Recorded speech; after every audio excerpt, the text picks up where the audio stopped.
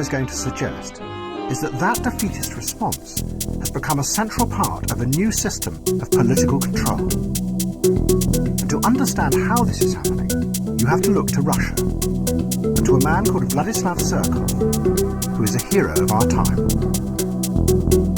Surkov is one of President Putin's advisors, and has helped him maintain his power for 15 years.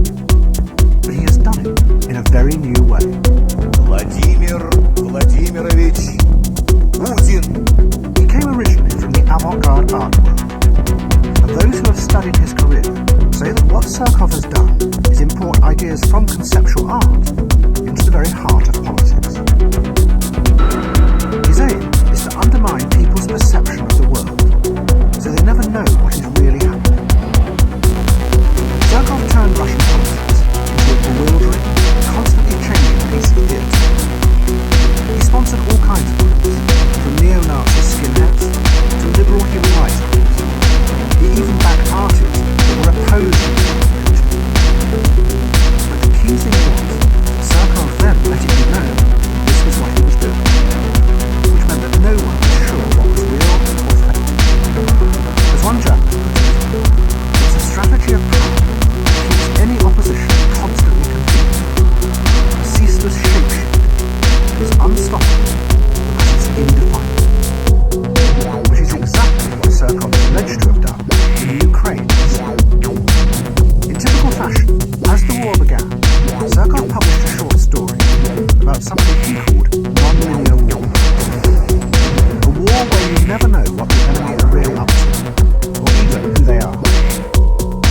The underlying aim, Surkov says, is not to win the war, but to use the conflict to create a constant state of destabilized perception in order to manage and control. But maybe we have something similar emerging here in Britain. Everything we're told by journalists and politicians is confusing and contradictory. Of course, there is no Mr. Surkov in charge, but it's an odd, non-linear world that plays into the hands of those in power. British troops have come home from Afghanistan. Nobody seems to know whether it was a victory or whether it was a defeat.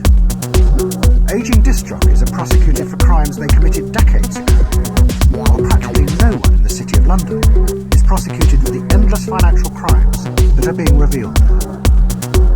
In Syria, we are told that President Assad is the evil enemy, but then his enemies turn out to be even more evil than him. So we bomb him. By doing that, we help keep Assad in power. But the real epicenter of this non-linear world is the economy.